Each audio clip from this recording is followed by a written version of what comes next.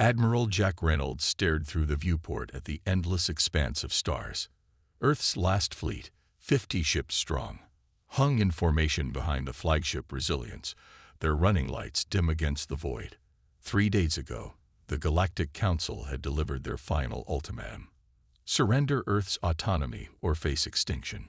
"Admiral, we've received the Council's response," said Lieutenant Mason, her voice breaking the heavy silence on the bridge. "Let me guess," Reynolds said, not turning from the viewport. "They've refused our terms." "Yes, sir. The Vorax representative says Earth has no leverage left." Reynolds finally turned, his weathered face illuminated by the soft blue glow of the tactical display. Earth had fought bravely against the overwhelming Council forces for 3 long years. What had begun as a dispute over humanity's rapid expansion into unclaimed systems had escalated into all-out war when humans discovered ancient technology that the Council races had deliberately hidden from lesser species. "They're right about one thing," Commander Davis said, studying the display showing the massive Council armada positioned near Jupiter. "We're outgunned 10 to 1. Even with our technological innovations, we can't win through conventional means." "That's why we're not going to fight conventionally," Reynolds replied. "Get me Director Monroe at Project Prometheus." The communications officer worked quickly, and soon the stern face of Director Anna Monroe appeared on screen. Behind her, scientists and engineers rushed about an enormous laboratory built into the asteroid belt. "Is it ready, Anna?" Reynolds asked without preamble. "Just completed final testing," Monroe replied. "But Jack, you need to understand, once deployed, there's no reversing what happens. The Council doesn't understand what they're facing." "They've left us no choice," Reynolds said grimly. "They want Earth's resources, our technology, and our people as vassals. 3 billion dead already. We've tried diplomacy. We've tried limited warfare. We've tried everything." Monroe nodded solemnly. "Then we'll proceed with deployment. Remember the parameters. The Prometheus field will only target ships with active weapon systems. Any vessel powering down weapons will be spared." "Understood. How soon can it be deployed?" 2 hours to position the generators. Once activated, the field will spread through the solar system in minutes. Reynolds turned to his command staff. Their faces reflected the gravity of the decision. Humanity's final card. A technology so revolutionary and terrifying that even Reynolds himself had initially opposed its development. But facing extinction, even impossible ethical decisions became necessary ones. "Send word to all remaining human ships," he ordered. "Full retreat to the designated safe zones. And send one last message to the Council fleet." "What should it say, sir?" Mason asked. "Tell them we're prepared to surrender. Request a meeting to discuss terms." "Sir?" Davis questioned, clearly confused.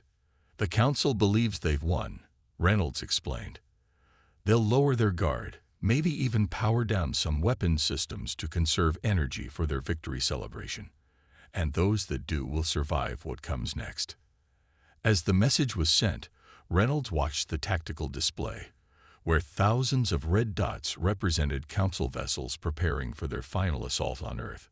Soon, those dots would either disappear or change color to indicate their surrender. "And get me the President," Reynolds added quietly. "He'll need to prepare a speech explaining to the galaxy what we've just done."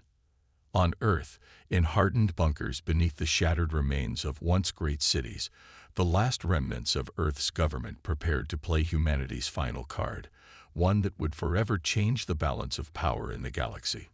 The vast Council fleet hung in formation near Jupiter's orbit, a constellation of artificial stars glowing against the gas giant's swirling surface.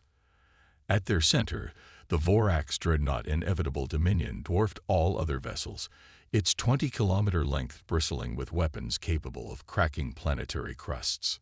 Fleet Lord Grek, Supreme Commander of the Council forces, studied the tactical display with all 6 eyes.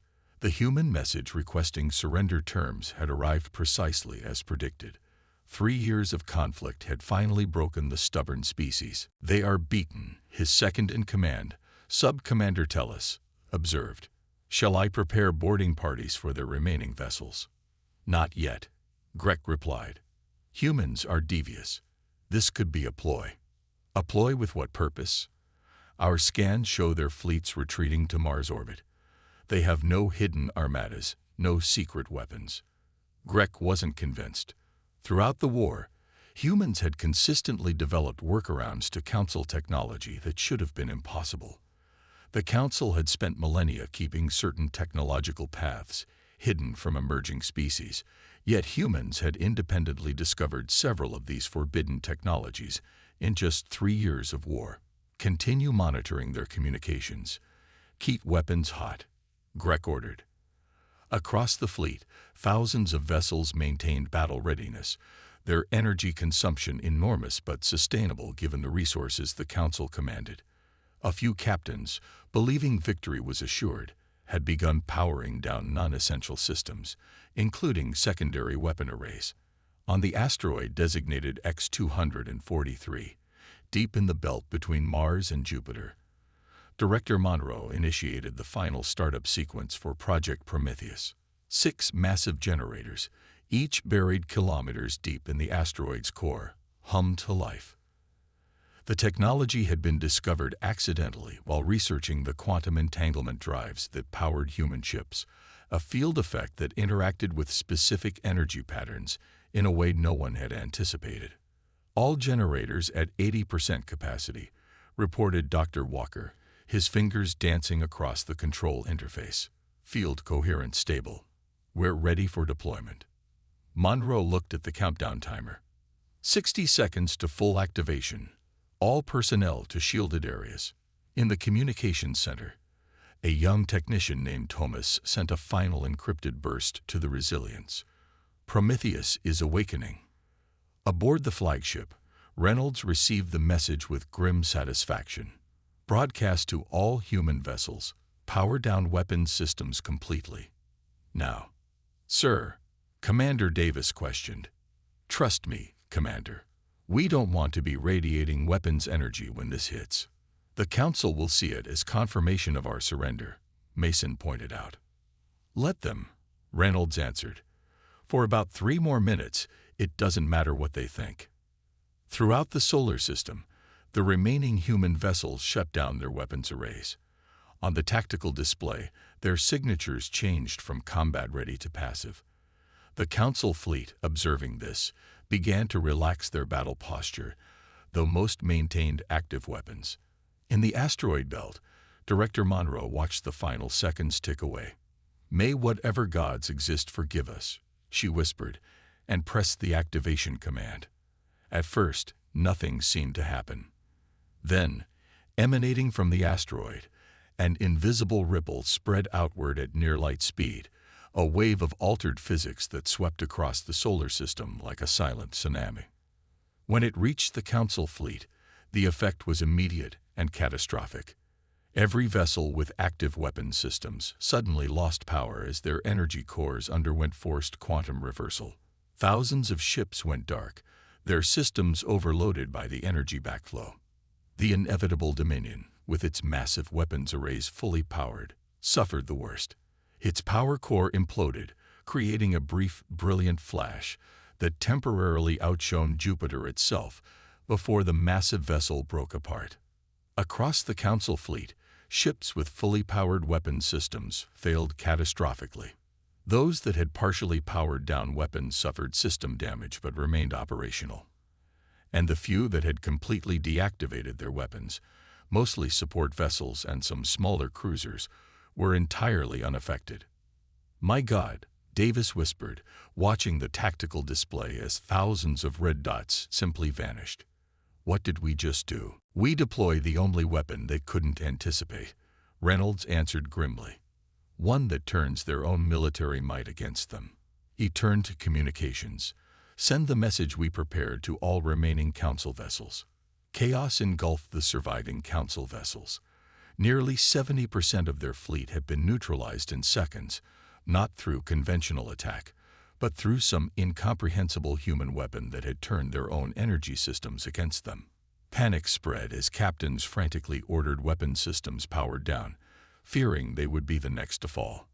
On the auxiliary command ship Steadfast Rule, Commander Lorne assumed emergency control of the remaining Council forces. Unlike the primary command ship, the Steadfast Rule had been running on minimal power, its weapon systems in standby mode. This quirk of procedure had saved them from the fate of the inevitable Dominion. "Report," Lorne demanded, his translucent skin paling with stress. "We've lost contact with over 12,000 vessels," an officer responded. Those still responding report all ships with active weapon systems were affected. Those with inactive weapons remained operational. Evacuate the damaged vessels and prepare tow. "Commander, we're receiving a message from the human flagship. Text only." The message appeared on the main screen, translated into Standard Council. "To all Council vessels, what you have just witnessed is the Prometheus field effect.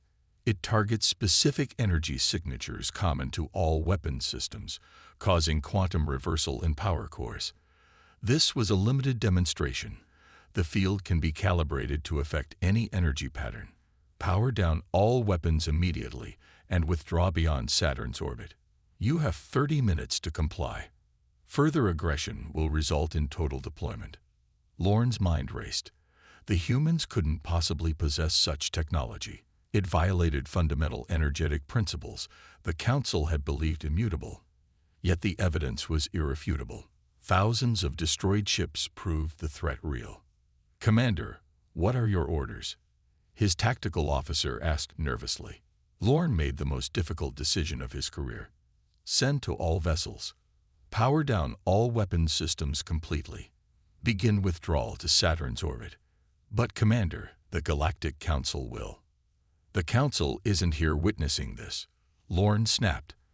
"I won't sacrifice more ships until we understand what we're facing." As the remaining Council vessels powered down weapons and began their retreat, Reynolds watched the tactical display with grim satisfaction. The gambit had worked beyond their wildest expectations. "Send to all human ships. Maintain position. Do not pursue Council forces." "Admiral," Communications Officer Park reported, "we're getting desperate calls from several Council vessels. Medical ships, mostly. They're requesting emergency assistance for survivors." Reynolds hesitated only briefly. "Inform our medical vessels they're clear to render aid. Weapons remain powered down." On Earth, President Thomas Ward prepared to address what remained of humanity. 3 billion had perished in the conflict. Earth's surface was scared by orbital bombardment, and the survivors lived primarily in underground cities or orbital habitats. Yet they had survived, and more importantly, had demonstrated a power the Council couldn't match. "The Council withdrawal is confirmed," Reynolds reported in a secure communication. "We've established a temporary truce while they assess their losses." "And Prometheus?" Ward asked. "Monroe reports it worked perfectly but warns there are limitations. The field generators require enormous energy and can only be fired a few times before burning out. The Council doesn't know that, of course." "No, and we need to capitalize on their ignorance quickly," Reynolds agreed. "They don't know if we have one Prometheus device or 1,000, or whether we can deploy it galactic-wide." "I'll be addressing the planet in 1 hour," Ward said. "The people need hope, but they also need to understand that today's victory doesn't mean the war is over. It means we've finally gained leverage." As the Council fleet retreated past Saturn's orbit, humanity began the work of recovering survivors and preparing for negotiations from a position they hadn't occupied in 3 years. Strength. But Reynolds knew the Council wouldn't accept this new reality easily. They had hidden technologies from lesser species for millennia for precisely this reason. Fear that those technologies might be turned against them. Humanity had just confirmed their worst fears, and whatever came next would determine whether humans would be accepted as equals in the galactic community, or forever marked as too dangerous to be allowed to exist. The Galactic Council chamber on Nexus Station had never been so tense. For the first time in 7,000 years, an emergency full assembly had been called, with representatives from all 112 member species in attendance. The massive chamber, designed to showcase the Council's power and permanence, now felt fragile. High Counselor Vax, eldest of the founding Arcanian race, gazed down at the human delegation with a mixture of fear and curiosity. How had these short-lived, physically unremarkable beings developed technology that had eluded the combined scientific minds of the galaxy for millennia?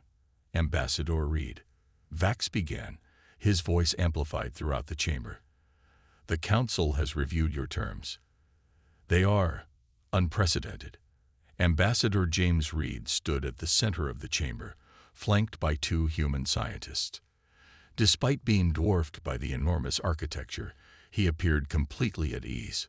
So was your unprovoked attack on a species that had done nothing to threaten you. Reed replied evenly. So was the deliberate suppression of technologies that might have allowed countless species to advance. So was your ultimatum demanding Earth's subjugation. Murmurs swept through the chamber. Many Council races had never heard the human perspective on the conflict. The Council's official position had been that humans were dangerous expansionists who had stolen classified technologies. The technologies in question were restricted for the safety of all, countered the Vorax representative, whose species had suffered the greatest losses in the Prometheus incident. Your rapid development and aggressive expansion concerned many members. Yet you shared these restricted technologies freely among founding Council races, Reed pointed out. The restriction only applied to newer species, those you intended to keep subservient. More murmurs, some clearly supportive of the human position. Reed had done his homework, identifying Council races that had themselves been restricted from technological advancement in earlier centuries. High Counselor Vax raised a hand for silence. What guarantee do we have that humans won't use this Prometheus technology offensively? You could cripple entire planetary systems. The same guarantee you have from each other, Reed replied. Mutual assured destruction. But we're offering more than that. We're offering collaboration. Dr. Ellis, one of the scientists accompanying Reed, stepped forward. The Prometheus effect is merely one application of quantum field manipulation. Our research suggests applications in medicine, energy production, and faster-than-light communication that would benefit all species. This is precisely why such research was restricted, shouted a Vorax representative. These technologies destabilize the established order. You mean they threaten your dominance? Reed countered. Humanity requests full Council membership, unrestricted access to all technological databases, and reparations for the 3 billion lives lost in your unprovoked war. In exchange, we will share our quantum field research under mutually agreeable safety protocols. The chamber erupted in argument. Some Council races clearly feared the implications of human membership. Others seemed intrigued by the potential benefits of the new technology. Back in Earth's solar system, Admiral Reynolds monitored the diplomatic proceedings from the Resilience. The Council had agreed to negotiations only after a second demonstration of the Prometheus effect, this time precisely targeted to disable a single Council dreadnought while leaving nearby vessels untouched. The display of control had convinced even the most skeptical Council members that humans weren't bluffing. They're deliberating now, Communications Officer Park reported. The Council has moved to a closed session. Reynolds nodded. And our other initiatives. Commander Davis consulted her pad. Operation Lighthouse is proceeding as planned. We've established contact with 7 non-Council species who've been technologically suppressed. They're very interested in alliance discussions. Reynolds allowed himself a small smile. While the Council focused on the Prometheus threat, humanity was quietly building a coalition of marginalized species who had suffered under Council restrictions. If negotiations failed, Earth wouldn't stand alone next time. Sir, Mason interrupted, we're detecting unusual energy signatures from 3 locations near the outer system boundary. Pattern matches Council stealth technology. Reynolds frowned. Observer vessels or something more hostile? Unknown, sir, but they're being very careful to stay outside the range we demonstrated for Prometheus. Keep monitoring them. The Council talks peace while positioning assets. Typical. Reynolds turned his attention back to the diplomatic feed. Let's hope Ambassador Reed is as good at making friends as he is at making threats. In the Council chamber, the future of human-council relations hung in the balance, and with it, the potential restructuring of a galactic order that had stood unchallenged for thousands of years. 2 weeks after the initial Prometheus deployment, Director Monroe stood before a very different audience than she'd ever expected to address.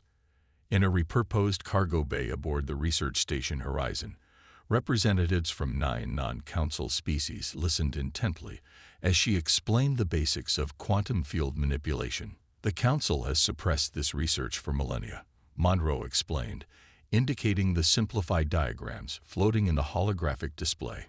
Not because it's inherently dangerous, but because it democratizes power. A civilization without massive fleets can still defend itself using these principles. A tall insectoid being named Rax clicked its mandibles thoughtfully. Its species, the Trezari, had been denied Council membership for centuries despite meeting all technical requirements. The Council claims such technology inevitably leads to disaster, Rax said. They cite historical examples. Carefully selected and likely doctored examples, Monroe countered. We've reviewed the data they provided during negotiations. Their so-called catastrophes show clear evidence of manipulation.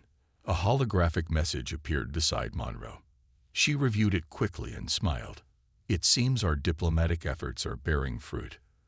The Council has agreed to preliminary terms, including recognition of Earth's sovereignty and admission as a probationary member.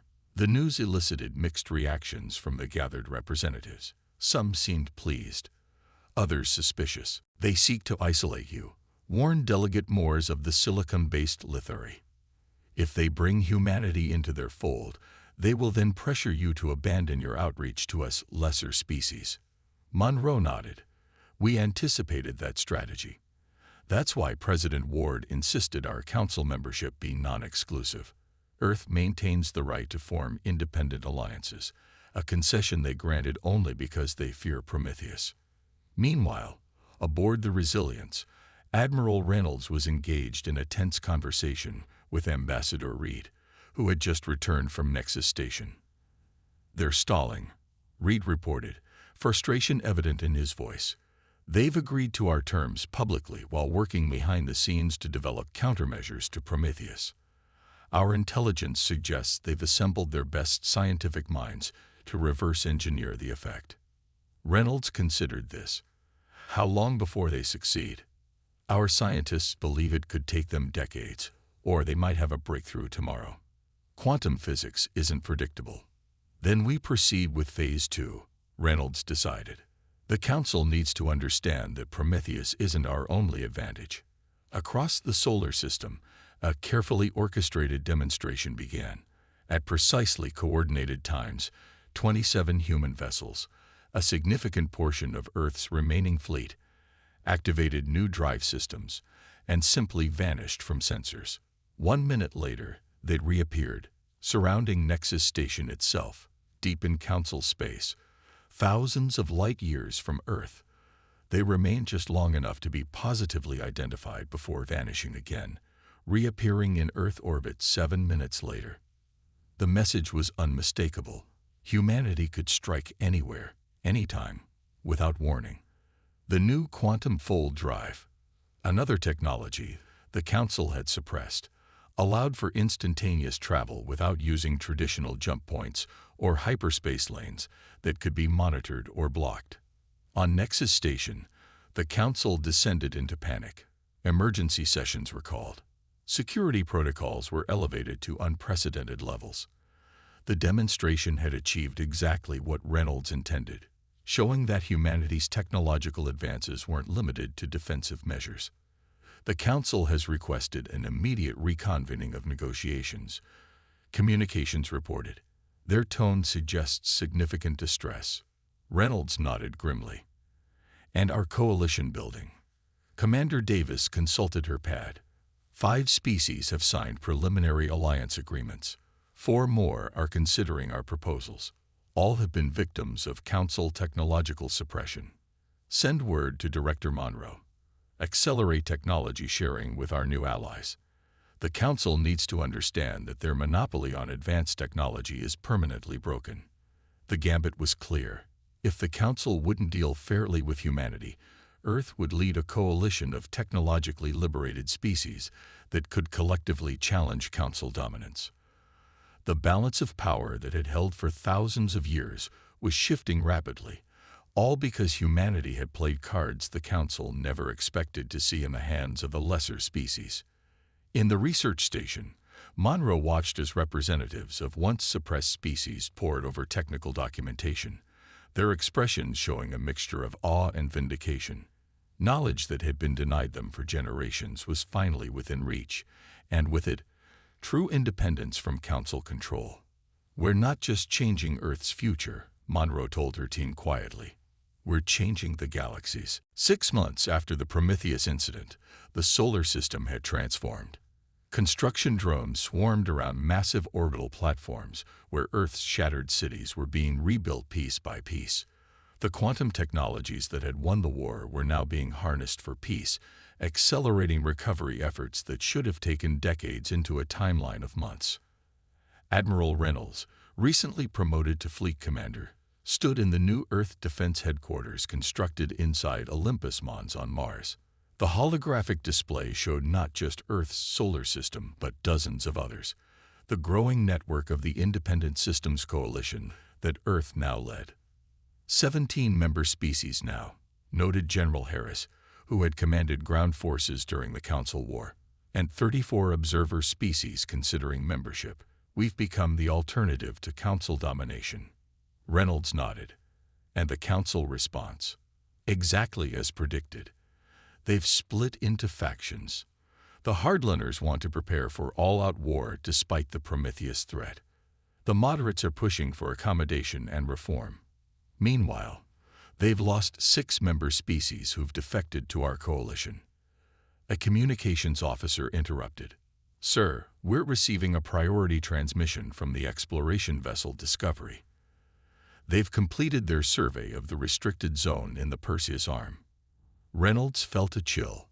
The Perseus restriction had been one of the most puzzling Council policies, an entire sector of potentially habitable systems declared absolutely off-limits, with violations punishable by immediate destruction. Humanity had long suspected the restriction concealed something the Council feared. "Put it through," Reynolds ordered. Captain Alex Morgan's face appeared on screen, her expression one of barely contained excitement mixed with shock. "Commander, we've confirmed our hypothesis. The Perseus restriction wasn't hiding Council assets or weapons. It was hiding an entire civilization. Humans, sir. Or at least, they were human once." Reynolds stared in disbelief. "Explain." "They call themselves the Ascended. According to their historical records, they were colonists from Earth, taken approximately 15,000 years ago by an unknown species for unknown reasons. Their technology is beyond anything we've seen. They've evolved both physically and mentally. And sir, they know about us. They've been watching Earth for millennia, under Council restriction against contact." The implications were staggering. Humans weren't newcomers to the galactic stage. A branch of humanity had been among the stars for 15 millennia, developing in isolation, apparently reaching technological levels that even the Council feared. "Are they hostile?" General Harris asked the obvious question. "No, sir. Quite the opposite. They're overjoyed to reconnect with Earth. They've been prevented from contacting us by Council quarantine measures. They've requested a diplomatic delegation immediately." Reynolds exchanged glances with Harris. "The Council knew," he said quietly. "They knew humans had potential beyond their careful developmental restrictions. That's why they were so quick to attack when we began expanding." "Commander," Morgan continued, "there's more. The Ascended claim the Council's entire technological restriction program isn't about safety at all. It's about preserving the power structure established by the founding species. They have documentation, thousands of years of Council records they've intercepted. including evidence that the Council has systematically erased multiple civilizations that developed along similar lines as humanity. The revelation hit Reynolds like a physical blow. The war hadn't been about resources or territorial expansion. It had been an attempted genocide designed to eliminate humanity before it could reach its potential, just as the Council had apparently done to other species throughout its history. "Send the diplomatic delegation," Reynolds ordered, "and inform President Ward immediately. This changes everything." As Morgan's transmission ended, Reynolds turned back to the tactical display. The growing coalition of independent systems glowed blue against the vastness of Council space in red. But now there was a new factor, the purple zone marking ascended territory in the Perseus Arm. "We're not just fighting for independence anymore," Reynolds said quietly. "We're fighting against a system that has committed multiple genocides to maintain power." For Reynolds, the realization brought clarity. Humanity's final card hadn't been Prometheus or quantum-fold technology. It had been humanity itself, its resilience, its innovative capacity, and now, its reconnection with its own lost children among the stars. The Council's worst nightmare was becoming reality. Humans were uniting across time and space, armed with knowledge of the Council's darkest secrets. "Prepare a briefing for coalition members," Reynolds ordered. "They deserve to know what we're really fighting against." The galactic chess game had entered a new phase, one where humanity was no longer just a pawn, but a player that had discovered the true nature of the board. 1 year after the discovery of the Ascended, representatives from 37 species gathered in the newly constructed Unity Dome in Earth's orbit. The massive structure, built with ascended quantum architecture, seemed to exist partially outside normal space, larger inside than physically possible, with views that somehow captured the essence of each delegate's homeworld. President Ward, now serving as the first chancellor of the Independent Systems Coalition, addressed the historic gathering. Earth had changed dramatically, its cities rebuilt with advanced technology, its population growing again as refugees returned from off-world colonies, its position in the galaxy transformed from isolated newcomer to coalition leader. 1 year ago, we discovered the truth the Council had hidden for millennia. Ward began. The systematic suppression of technological development. The erasure of species deemed dangerous to the established order. The quarantine of our own cousins, the Ascended, out of fear of human potential. The Assembly listened in silence. Among them sat Ambassador Reed, Admiral Reynolds, Director Monroe, and Captain Morgan. The key figures who had guided humanity through its darkest hour to this moment of triumph. "Today, we have a choice," Ward continued. "We could use our combined strength. Prometheus technology, quantum fold drives, and the advanced science of the Ascended, to seek vengeance against the Council. Many would say they deserve nothing less." Murmurs of agreement rippled through the chamber, particularly from species who had suffered longest under Council restrictions. "But that is not the path we choose," Ward declared firmly. "Vengeance only continues the cycle of dominance and subjugation that has plagued galactic civilization. Instead, we extend an offer to all Council species. Join us in building a new galactic community based on shared knowledge and mutual respect." The holographic display at the center of the chamber activated, showing the draft of the Galactic Concordat, a new framework for interspecies relations that explicitly prohibited technological suppression and guaranteed development rights for all sentient species. On the other side of the galaxy, the remnants of the Galactic Council faced their own reckoning. The revelation of their genocidal history had shattered their authority. Already, 28 former Council species had declared independence or requested coalition membership. The founding species found themselves increasingly isolated, their once absolute power crumbling.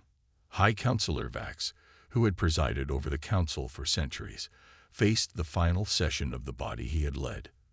The Grand Chamber, once filled with representatives from across the galaxy, now held barely a quarter of its former attendance. "We cannot fight this tide," Vax admitted to the diminished assembly. "The humans and their ascended kin have done what we feared most. They have reshaped the fundamental power structure of the galaxy. Then we must destroy them while we still can, insisted the Vorax representative.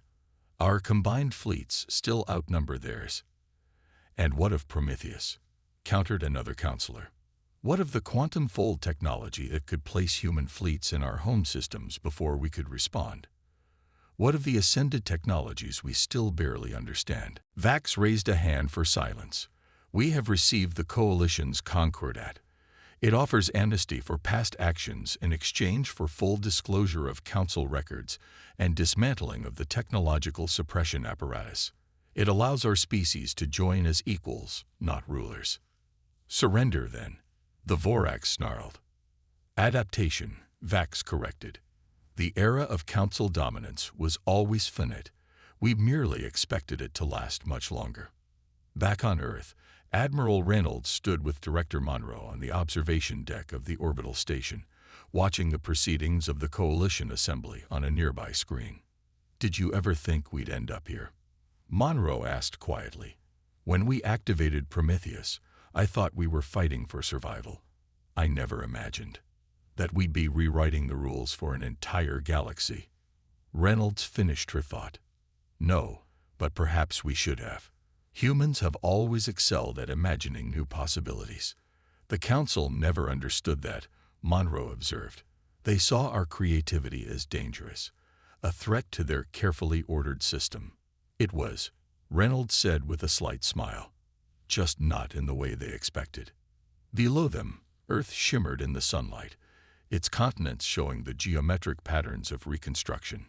New cities rose where old ones had been destroyed, built with technologies that integrated seamlessly with the recovering ecosystems. Humanity had not merely survived, it had transformed, elevated by adversity and the rediscovery of its cosmic heritage. In the assembly chamber, Chancellor Ward concluded his address. The final card humanity played wasn't a weapon or a technology. It was the vision of a galaxy where advancement is shared, not hoarded, where cooperation replaces domination, where all sentient beings have the right to fulfill their potential. The chamber erupted in thunderous approval as delegates rose to ratify the Concordat. Species that had been enemies for millennia now stood together, united by the promise of a future without the artificial constraints that had limited them all. Admiral Reynolds watched the historic moment unfold, thinking of the billions who had died never knowing if humanity would survive, let alone triumph. Their sacrifice had not been in vain. The war that had nearly extinguished human civilization had instead ignited a transformation that would reshape galactic society for millennia to come. Humanity's final card, he murmured, was humanity itself. And across the vast expanse of the galaxy, a new era dawned, one that would be remembered not as the time when the Galactic Council conflict ended, but as the moment when a truly united galactic civilization began.